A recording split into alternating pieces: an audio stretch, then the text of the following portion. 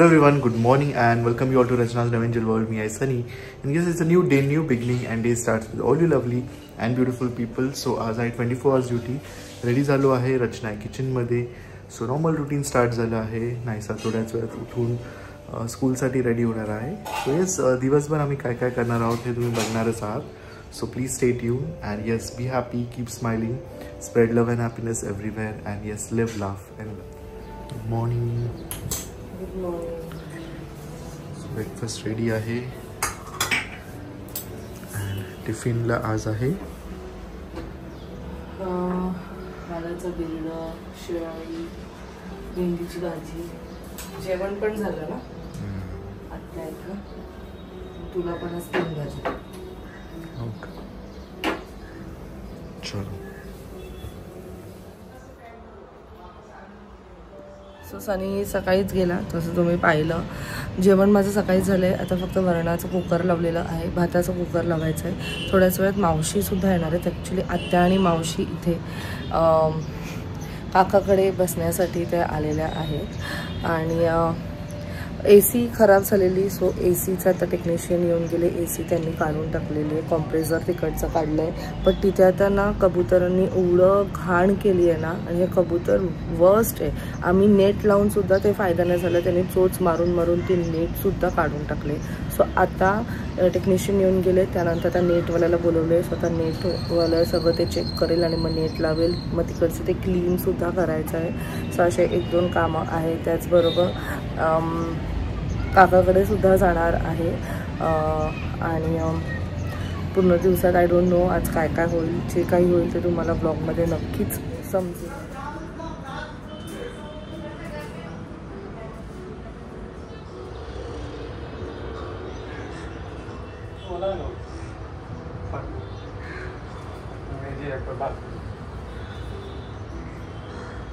Hello, हां बोलिये. हे नाही ते जे लावले ना ते आम्ही आता मी 3rd टाइम लावणार आहोत. पण ते एवढं कुरतडलं आहे त्यांनी. तर ह्याच्यामध्ये अजून काय वेगळं येतं का जे कुरतडू नाही शकत? कारण तिथे कसं ते कॉम्प्रेसर असतं. मग दरवेळेस सर्व्हिसिंग होते. ते दरवेळेस कबुतरांचं सेम असतं पॅटर्न. सो दुसरं काही ऑप्शन म्हणजे याच्यापेक्षा चांगल्या क्वालिटीचं वगैरे काय टाकता येईल.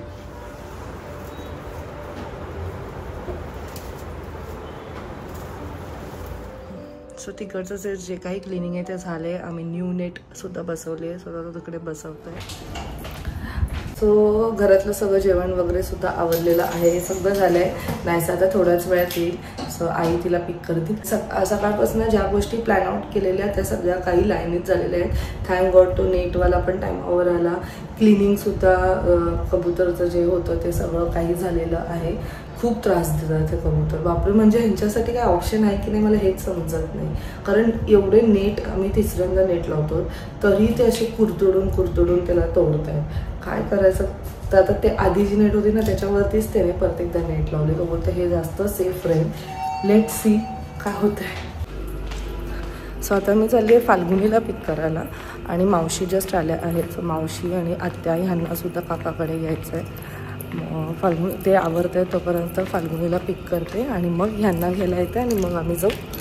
काकाच विचार करत होती की कसं असतं ना, जेव्हा एक व्यक्ती किंवा जेव्हा एक बाळ या जगात येतो तेव्हा आपण किती उत्साहाने त्याचं स्वागत करतो, किती व्यवस्थित सगळं काही गोष्टी करतो. तसंच जेव्हा कोणतं व्यक्ती हे जग सोडून जातो ते त्याच्यानंतरच्या पण जे रिच्युअल्स असतात ते पण आपण किती पद्धतशीर करतो की त्यांच्या आत्म्याला शांती लागू दे म्हणून. अँड हे जे 13 दिवस असतात हे 13 दिवस कसे लगेच जातात ना ते समजतसुद्धा नाही. आज 3rd डे आहे. सो काही नाही, गेलेला माणूस तर ऑफकोर्स आपल्या मेमरीजमध्ये नेहमीच असणार आहे. बट आता ना गेल्यानंतर जास्त आजीची आठवण यायला लागली. म्हणजे तेव्हा ती बेडवर असून सुद्धा ती माहिती होती की हा शी इज देअर. पण आता ना प्रत्येक मोमेंटला छोट्या छोट्या गोष्टींमध्ये आठवण येते. आजीला ना माझ्या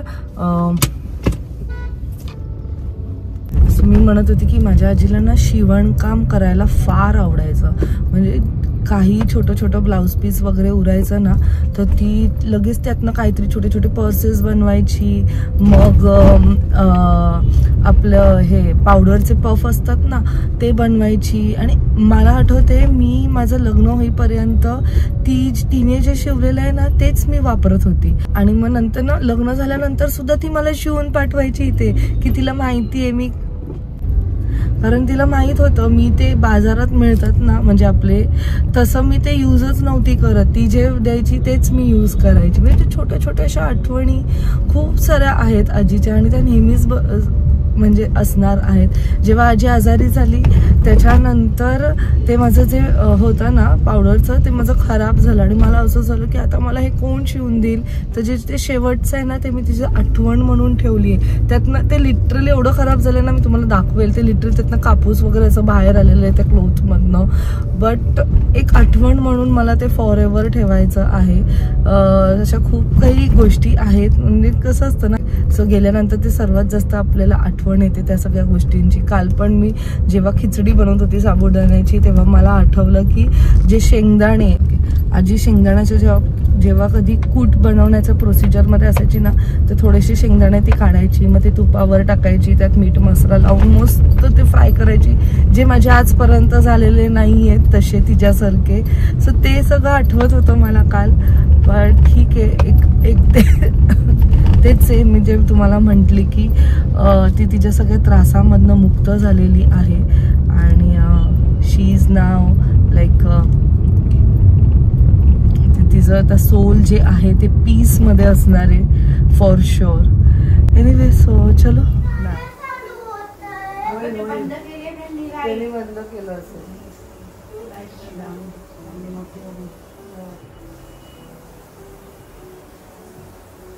सांगा सगळ्यांना विचारले. सुवर्णा आता मी एकदम जून मध्ये आता डायरेक्ट गावी जाणार ना. तुम्ही आत्ताच आलात गावीला? आंबे काजू गोळा करायला.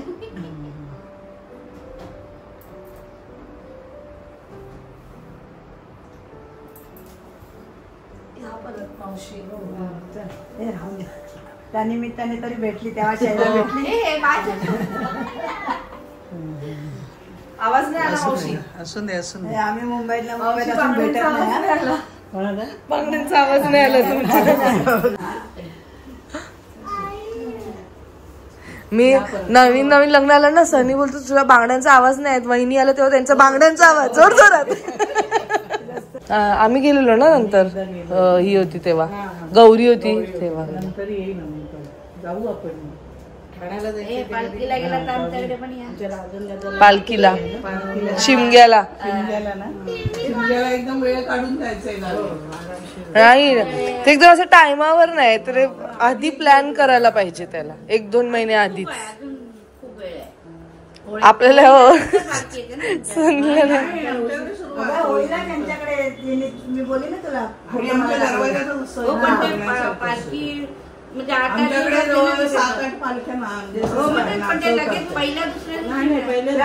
सुरुवातीकडूनच होते एवढे नाचवत आम्ही पण किती वर्ष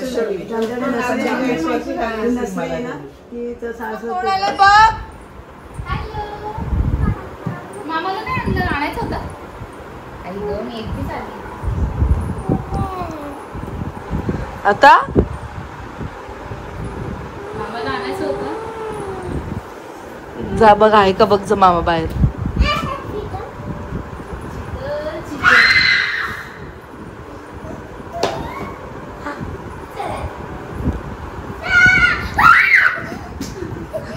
मामा बघ किती खुश झाला बघ.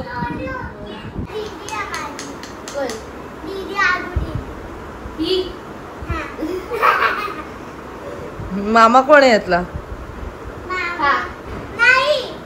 मामा स्मार्ट आहे बघ, लायन. कोणती ती फिश छान वाटते. आणि मामा कोण आहे मग? आता वाजले आहेत 10:30. आज पूर्ण दिवस कसा गेला समजलाच नाही.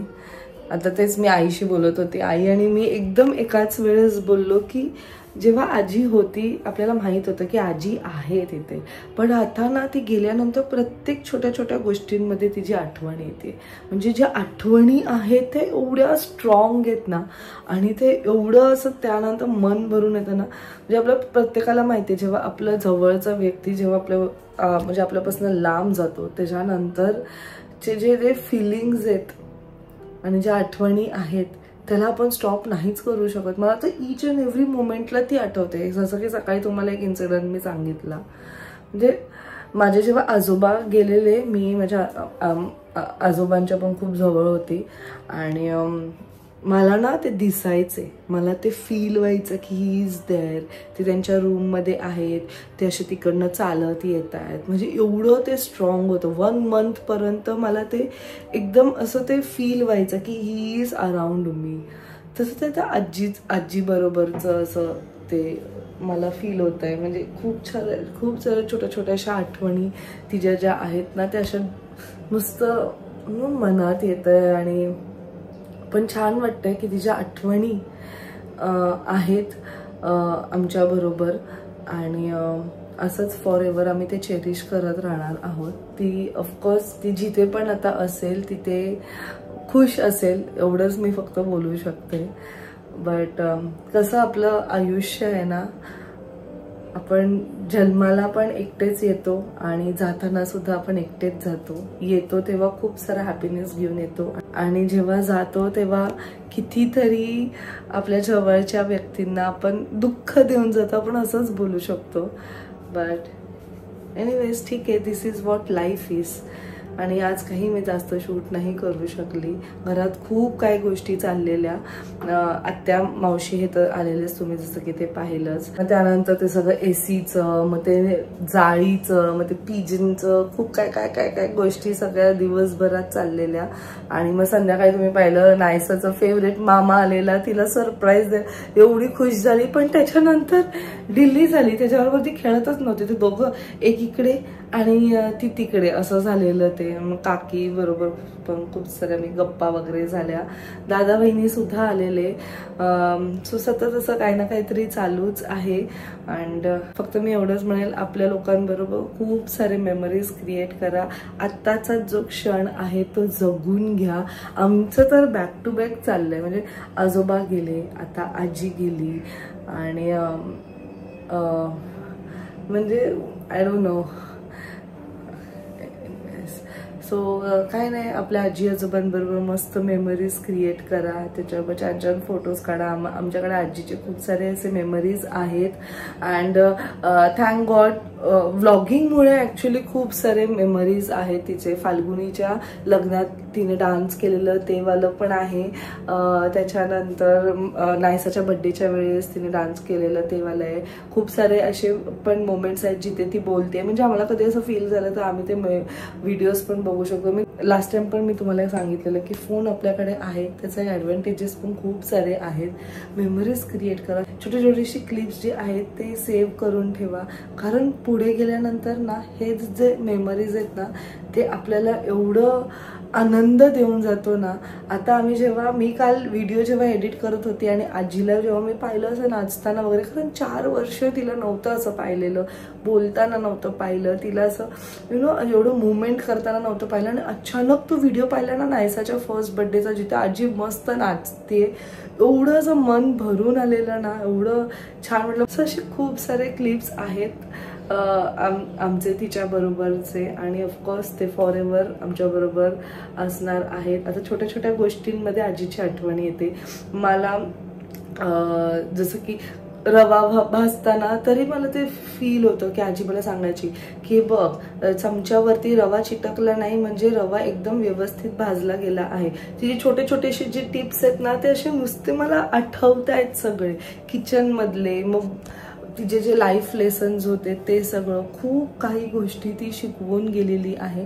आणि ही जी बोलण्याची धाडस आहे हे मला असं वाटतं हे सगळं तिच्याकडनंच आलेलं आहे. मला आई नेहमी म्हणते आजी पण असं आजीकडनं तुला ते मिळालं आहे. तू ज्या प्रकारे एकदम स्पॉन्टेनियसली बोलून जाते तसंच आजीचं सुद्धा होतं. सो ठीक आहे, हे काय किती जेवढं बोलू तेवढं कमी आहे, ते असं राहणारच आहे मनात. सो चला हा ब्लॉग मी आता इथेच एंड करते. आठवणी आठवणी आठवणी. एक मला खूप तो सॉन्ग आवडतो, यादे मधला है ना. यादे याद आती है, बातें भूल जाती है, ये यादें किसी दिलो जानम की चले जाने के बाद आती है. किती ट्रू आहेत हे लिरिक्स. जेव्हा आजी होती तेव्हा हे सगळे मेमरीज नव्हते फ्लॅश होत, but now Wien she is not with us ते सगळे मेमरीज. हा सॉन्ग मला नेहमी यु नो खूप आपल्या सगळ्यांना एक तो वेगळ्या प्रकारे हिट करून जातो. सो चला आय जस्ट होप तुम्हाला आजचा हा ब्लॉग आवडला असेल. भेटूया आपण नेक्स्ट ब्लॉगमध्ये. Till then bye, take care and live, laugh and love. आणि मला आता ॲक्च्युली हा सॉन्ग ऐकायचा आहे. बाय.